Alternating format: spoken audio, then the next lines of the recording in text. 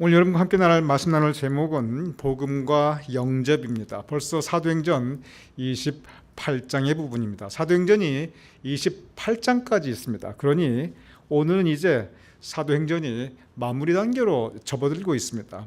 얼마 전에 우리가 출애굽기를 잘 마쳤는데 이제 곧 사도행전도 잘 마치게 되는 것 같습니다. 제가 다시 한번 요약하겠습니다. 사도행전은 증인들이 교회를 통하여 복음을 증언하는 역사가 그것이 사도행전입니다. 다시 말씀드립니다. 증인들이, 특별히 사도들이 교회를 통해서 복음을 증인은 보고 듣고 체험한 것을, 그것도 내가 누구에게 들었다, 이건 안 통해요. 내가 내 눈으로 보았다, 내가 내 귀로 직접 들었다, 내가 내 몸으로 체험했다, 이것만이 증인 자격이 있습니다. 즉 하나님의 은혜를 체험한 증인들이, 예수 그리스도의 복음에 은혜 받은 증인들이 교회를 통해서 복음을 본대로 느낌대로 체험한 대로 전하는 것, 증언하는 역사가 그것이 사도행전입니다. 증인들이 무엇을 증언했는가? 일관된 내용입니다. 십자가의 도, 구원, 대속의 은혜, 하나님의 나라, 표현은 각각 다를 수 있지만 똑같은 말입니다. 즉 복음을 증언하고 있습니다. 오늘 28장 사도행전의 마지막 부분입니다. 사도 바울이 로마에서 그의 삶을 마감하게 됩니다. 왜냐하면 로마에서 순교당하게 됩니다. 성경에 보면 사도 바울이 로마에서 순교당하는 장면까지는 나와 있지 않아요. 베드로도 로마에서 그의 삶을 마감하게 됩니다. 증인으로서의 삶을 마감하게 됩니다. 왜냐하면 베드로도 로마에서 순교했기 때문에 그렇습니다. 성경에는 나오지 않아요. 성경에는 베드로가 로마에서 순교하였다, 사도 바울이 로마에서 순교했다, 성경에는 나오지 않는데 우리가 교회 전통에서, 그리고 교회 역사에서 우리가 그렇게 알고 그렇게 믿고 있습니다. 이 사도 바울도 그리고 베드로도 로마에서 순교를 당했는데, 그런데 그 로마가 세계 선교의 중심지가 됩니다. 지금도 로마에 바티칸이 있습니다. 하늘의 미라리 땅에 떨어져 풍성히 열매 맺는 그 역사 중에 하나가 로마이지요. 지금도 로마의 성 베드로 성당에 가면 거기에 베드로의 무덤이 있고, 로마에 가면 성 베드로 성당만 있는 게 아니라 성 바울 교회도 있어요. 성 바울 교회에 가면 거기에 사도 바울의 무덤이 있습니다. 오늘 그 사도 바울의 이제 마지막 부분을 우리에게 전하는 사도행전 28장입니다. 지난 사도행전 27장에서 무엇을 함께 나왔냐면, 사도 바울이 로마를 향해서 가는데 많은 고생을 겪습니다. 배가 이제 침몰하기 직전에서 다 죽을 뻔한 그러한 시련과 역경을 겪게 됩니다. 그러한 시련과 역경을 통해 사도 바울이 주시는 말씀이 이것이 너희의 구원을 위하는 것이요, 그 말씀을 주어요. 이런 시련과 역경과 어려움, 이것이 너희의 구원을 위하는 것이요. 저는 그 말씀을 곰곰이 생각해 봅니다. 전 때때로 그 말씀을 묵상합니다. 특별히 좋지 않은 일, 힘든 일, 어려운 일이 있을 때 이것이 너희의 구원을 위하는 것이요. 사도 바울의 그 말씀을 저는 묵상해 봅니다. 사도 바울이 비슷한 의미로 또 무엇을 가르치냐면, 모든 것이 합력하여 선을 준다라고 말씀하셨어요. 여기서 모든 것이라는 말은 나쁜 것, 안 좋은 일, 그런 뜻이 제일 큽니다. 즉 우리가 살아가면서 시련과 어려움, 나쁜 일, 언뜻 우리가 겪을 때 참 좋지 않은 일인데, 그런 것들까지도 궁극적으로, 결과적으로 지나고 보면 우리의 구원을 위하는 것이요, 또한 그런 것들이 합력하여 선을 이루는 것이다. 사도 바울은 그의 체험을 통해서 고백하고 있습니다. 그렇게 천신만고 끝에 이제 로마에 도착하는데 사도 바울은 이 로마에 도착한 그 장면 28장 16절 우리 함께 보겠습니다. 사도행전 28장 16절에 로마에서 사도 바울이 어떻게 살았냐면 이렇게 살았어요. 다 같이 읽어보겠습니다. 시작.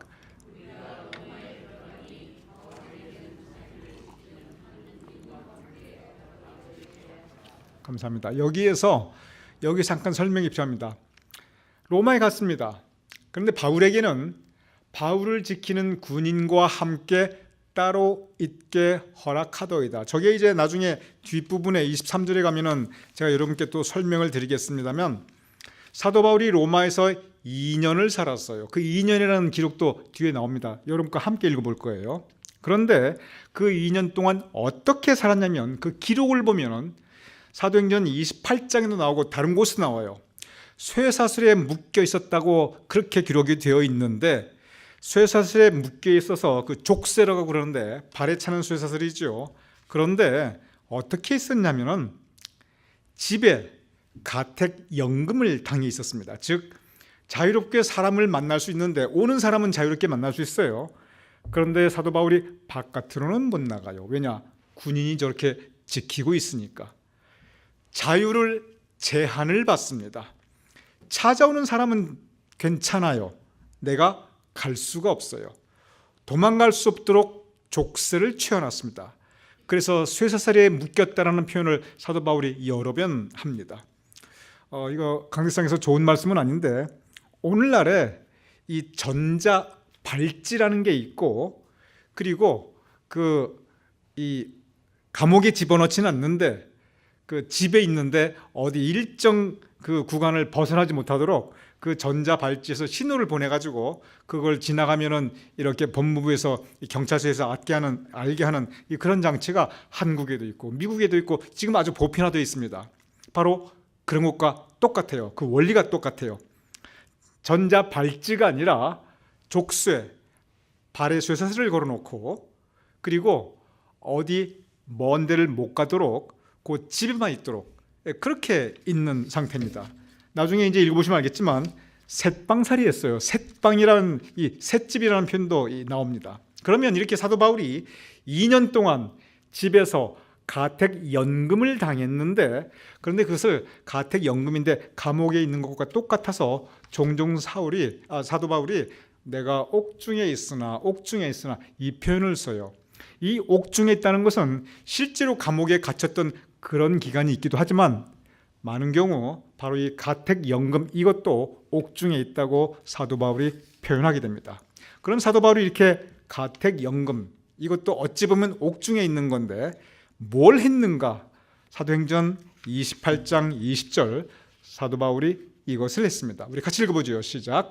이러므로 너희를 보고 함께 이야기하려고 청하였으니 이스라엘의 소망으로 말미암아 내가 이 쇠사슬에 매인 바 되었더라. 이 쇠사슬에 매인 바 되어서 가택연금을 당했는데 너희를 보고 함께 이야기하려고 청하였으니, 사람들을 청하여 오게 하고 이야기를 하고, 그리고 거기에서도 복음을 전합니다.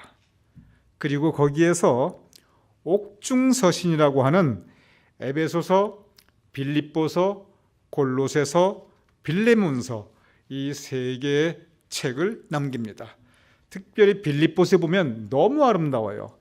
기뻐하라, 내가 다시 말하노니 기뻐하라, 감사하라, 굉장히 아름다운 기록들이, 그리고 에베소서에서 빌립보서 나오는데 그 주옥 같은 편지들이 바로 저때 다 기록이 되었습니다. 사람들이 이렇게 오니까 복음만 정하는 뿐만 아니라 논쟁도 벌입니다. 사도행전 28장 23절, 22절, 23절인데 이게 슬라이드가 두 개입니다. 그런데 우리 같이 이어서 한번 읽어보겠습니다. 조담이 23절도 있어요. 시작.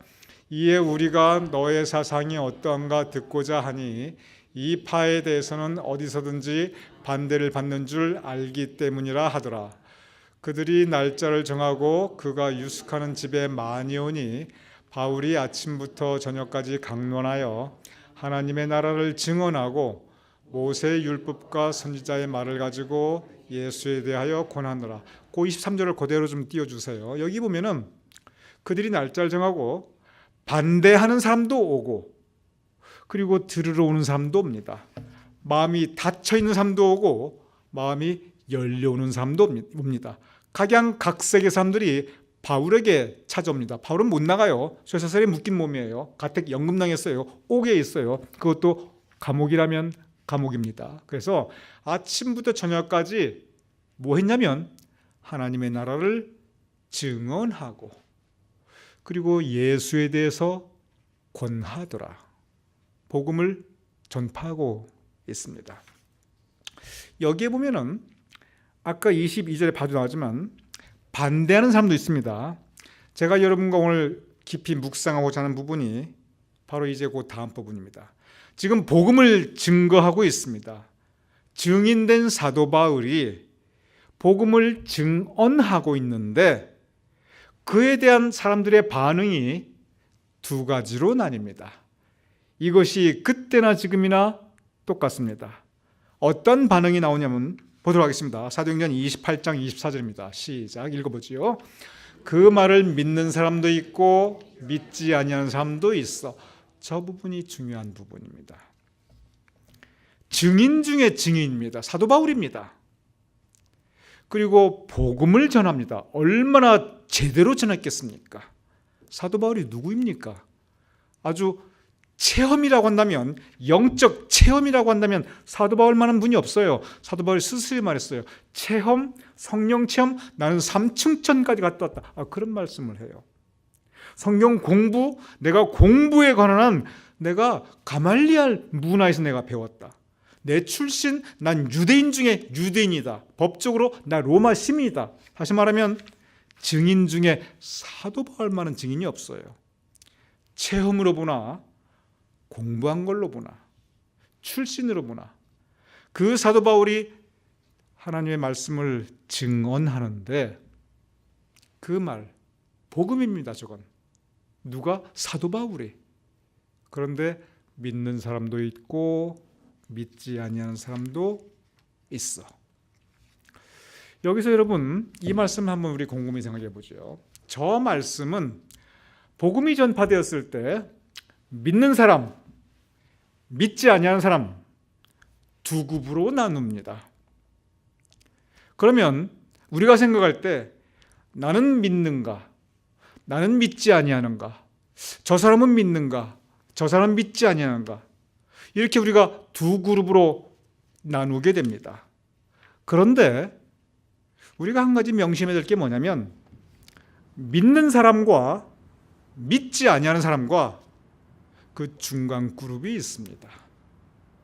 믿고 싶은데 내 마음으로는 믿고 싶어요. 나도 한번 그 큰 믿음 한번 가지고 싶어요. 근데 내 이성이, 내 지성이 이거 잘 안 믿어지는 거예요. 믿고 싶은데, 전폭적인 믿음을 가지고 싶은데 동정녀 탄생? 그게 과연 가능할까? 죽은 사람의 부활? 아니 생물학적으로 생명이 끊었는데 부활이 가능할까? 믿고는 싶은데 잘 안 믿어지는 경우가 있습니다. 믿기는 믿는데 반신반의하는 경우가 있습니다. 과연 내가 영혼이 있다는 건 알겠는데 근데 과연 천국이라는 게 있을까? 천국이라는 것이 그러면은 영혼이라는 것이 이 시간이 그냥 시간이 무한정으로 이 시간이 무제한으로 널려 있는 그런 상태인가? 하늘나라는 과연 어떠한 것인가? 혹시 죽으면 모든 것이 끝나는 것이 아닐까? 믿기는 믿는데 확신이 아니라 반신반의하는 경우가 있습니다. 또 어떤 경우가 있냐면요. 오늘은 믿은 것 같아요. 또 험한 일, 어려운 일 닥치면 이 믿음이 없어져요. 시험에 들고 넘어져 버려요. 그래서 모든 게 잘 진행돼 가면 믿었다가 어려운 일 닥치면 또 안 믿었다가 이렇게 믿음이 있다가 없다가 해요. 우리가 생각할 때 저렇게 두 그룹으로 나누면은 반석같이 우리가 확신하는 그 믿음이 있을 거라고 생각하는데 물론 그런 경우 있습니다. 없는 거 절대 아닙니다. 반석 같은 그런 믿음 분명히 있습니다. 그런데 많은 경우는 그렇게 반석같이 확신하는 그러한 믿음보다 많은 경우 믿음은 하늘의 날씨와도 비슷합니다. 날씨가 좋았다가 나빴다가 이래요. 해가 떴다가 해가 가리웠다가 이래요. 화창하다가 그리고 비가 오기도 해요. 환하다가요 깜깜해요. 그냥 아무것도 안 보여요. 밤중에 칠흑 같은 어둠이 있기도 합니다. 그런데 분명히 칠흑 같은 어둠인데 별이 반짝반짝 빛나기도 하고. 여러분, 믿음이라는 건 많은 경우에 저렇게 믿고 안 믿고 딱 나뉘는 게 아니고 하늘의 날씨와도 아주 비슷합니다. 여기서 중요한 게 있어요. 그러면 여러분의 믿음은 어떻습니까? 최소한 여러분 있잖아요. 믿지 아니하는 분들은 아니에요.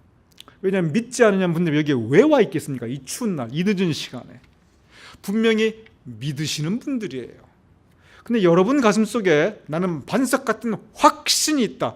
여러분, 그런 확신 우리가 가져야 됩니다. 구원의 확신 필요해요. 그런데 우리의 믿음의 분량이, 여러분과 저의 우리의 믿음의 분량이 우리 마음속에 확신으로만 꽉 차 있느냐, 상황에 따라 달라집니다. 그러면 내 믿음이 엉망이구나. 아니에요. 그게 정상입니다. 우리의 믿음은 그렇게 날씨같이 이 상황에 따라 이 상태가 좀 변하기도 해요. 중요한 것이 있습니다. 중요한 것이 뭐냐면, 첫 번째 중요한 것은 믿음은 자란다는 것입니다. 누구나 겨자씨 같은 그런 믿음에서 시작합니다.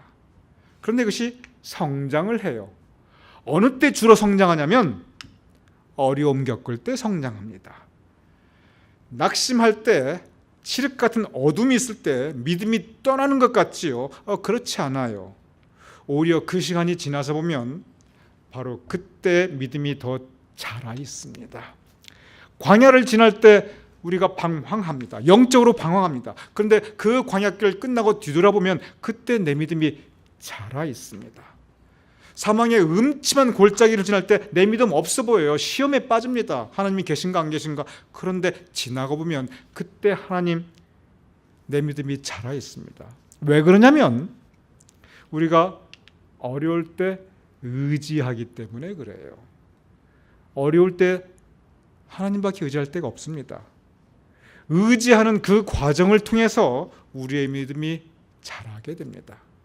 제가 목회를 하다 보니까요, 건강 자랑할 거 없고요, 건강 자랑할 게 아니라 건강은 감사해야 될 겁니다. 건강할 때 건강 자랑하시면 절대 안 되고, 건강할 때 감사하시고 지켜야 돼요. 똑같은 게 있어요. 믿음 자랑할 거 절대 아니에요. 믿음은 감사해야 될 거예요. 하나님께서 나에게 이렇게 내 마음을, 성령께서 감동감화 역사하셔서 나에게 이렇게 믿음을 선물로 주셨구나. 내가 이 성경 말씀이 믿어주고 은혜가 되는구나. 믿음은요, 자랑할 게 아니고 감사해야 되고, 믿음 있을 때 그걸 지켜나가야 됩니다. 믿음하고 건강은 아주 비슷해요. 믿음 자랑하면 안 돼요, 여러분. 건강 자랑하면 안 되듯이 주신 믿음 감사해야 됩니다. 그리고 그 주신 믿음은 그 믿음의 분량이 어떠하든지 감사해야 돼요. 믿음도 분량이 있어요. 어떤 분은 이렇게 믿음이 커요. 어떤 분은 이렇게 믿음이 작아요. 그러면 큰 믿음의 분량을 하나님께서 선물로 받으신 분이 작은 믿음의 분량을 가지신 분에게 비난하고, 당신은 믿음이 왜 그렇게밖에 안 되고 봉사도 그만큼밖에 안 하고 어떻게 30년 40년 믿었는데 아직까지 믿음이 그러냐고 그렇게 손가락질하고 질시하면 하나님이 기뻐하실까요? 하나님이 야, 도토리 기적이다 그러실까요? 여러분은 어떻게 생각하세요?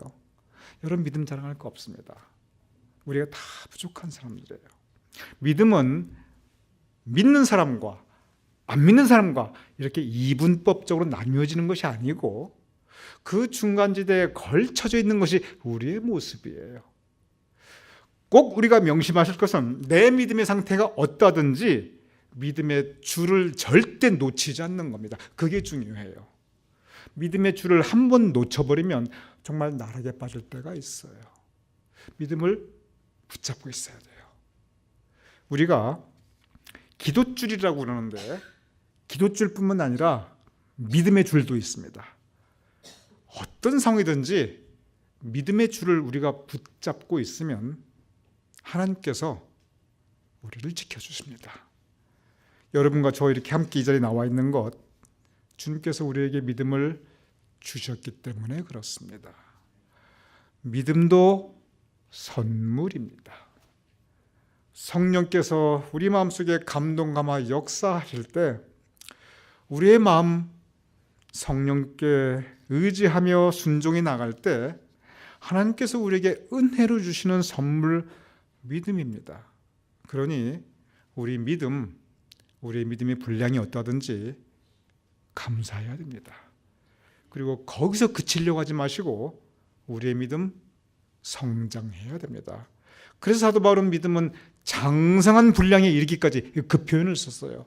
장성한 분량에 이르기까지 그것은 뭐냐면 믿음은 처음에 젖을 먹는 그 어린애 같은 믿음으로 시작해서 나중엔 조금 더 딱딱한 것도 먹을 수 있다가 나중에 장성한 분량에 이르기까지 우리 약한 사람들이지만 같이 성장하자, 믿음의 줄 붙잡고 나가자.